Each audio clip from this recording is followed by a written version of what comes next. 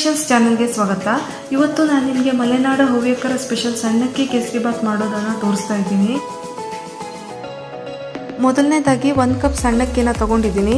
ಈ ಸಣ್ಣಕ್ಕಿ ತುಂಬ ಒಳ್ಳೆ ಪರಿಮಳ ಇರುತ್ತೆ. ಕೇಸರಿ ಬಾತ್ಗೆ ಇದು ರುಚಿ ಕೊಡುತ್ತೆ. ಇದು ನಿಮಗೆ ಸಿಕ್ಕಿಲ್ಲ ಅಂದರೆ ಜೀರಾ ರೈಸಲ್ಲಿ ಟ್ರೈ ಮಾಡಿ ನೋಡಿ.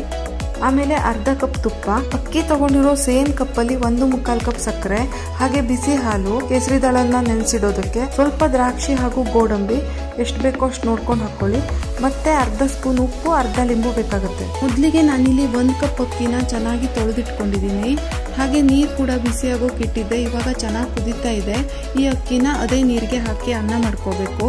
ನಾವು ಇದನ್ನ ಕುಕ್ಕರಲ್ಲಿ ಅನ್ನ ಮಾಡ್ಕೊಂಡ್ರೆ ಚೆನ್ನಾಗಿರಲ್ಲ, ಯಾಕಂದರೆ ಇದಕ್ಕೆ ಅನ್ನ ಹದವಾಗಿ ಬೆಂದಿರಬೇಕು. ತುಂಬ ಸಾಫ್ಟು ಆಗಬಾರ್ದು, ಗಟ್ಟಿನೂ ಇರಬಾರ್ದು. ಈ ರೀತಿ ತಿಳಿ ಬಸ್ಕೊಂಡು ಅನ್ನ ಮಾಡಿದ್ರೆ ಇದಕ್ಕೆ ಚೆನ್ನಾಗಾಗುತ್ತೆ. ಇವಾಗ ಬೆಂದಿದೆಯೋ ಇಲ್ವೋ ಅಂತ ಕೈಲಿ ತಗೊಂಡು ಈ ರೀತಿ ಚೆಕ್ ಮಾಡಿ ನೋಡ್ಬೋದು.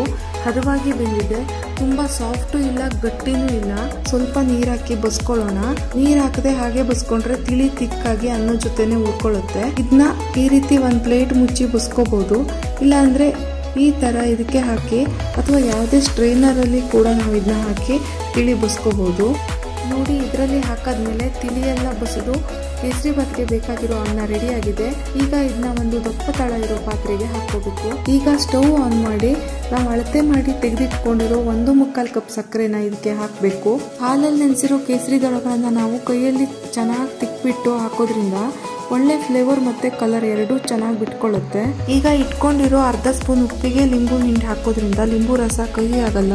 ಇವುಗಳನ್ನೆಲ್ಲ ಹಾಕಾದ್ಮೇಲೆ ಸ್ಟವ್ನ ಹೈ ಫ್ಲೇಮಲ್ಲಿ ಇಟ್ಟು ಚೆನ್ನಾಗಿ ಮಿಕ್ಸ್ ಮಾಡ್ಕೋಬೇಕು.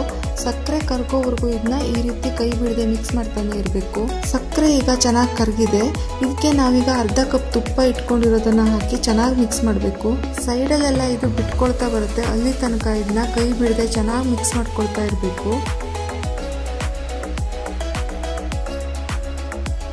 5 ನಿಮಿಷ ಆಗಿದೆ, ಆಲ್ಮೋಸ್ಟ್ ರೆಡಿ ಆಗಿದೆ. ಈಗ ಇದಕ್ಕೆ ನಾವು ದ್ರಾಕ್ಷಿ ಗೋಡಂಬಿನ ತೊಳೆದು ನೀರನ್ನ ತೆಗೆದು ಹಾಕಬೇಕು. ನೀರು ಹಾಕಬಾರ್ದು. ಇದಕ್ಕೆ ಗೋಡಂಬಿ ದ್ರಾಕ್ಷಿನ ಫ್ರೈ ಮಾಡಿ ಹಾಕೋದಕ್ಕಿಂತ ಈ ರೀತಿ ತೊಳೆದು ಹಾಕಿದ್ರೆ ಟೇಸ್ಟ್ ಚೆನ್ನಾಗಿರುತ್ತೆ. ನೋಡಿ, ಇವಾಗ ಇದು ಸೈಡಲ್ಲೆಲ್ಲ ತುಪ್ಪ ಬಿಟ್ಕೊಳ್ತಾ ಇದೆ, ತಳನು ಕ್ಲೀನಾಗಿ ಬಿಡ್ತಾ ಇದೆ. ಅಂದ್ರೆ ಇವಾಗ ಇದು ರೆಡಿ ಆಗಿದೆ ಅಂತಾನೆ ಅರ್ಥ.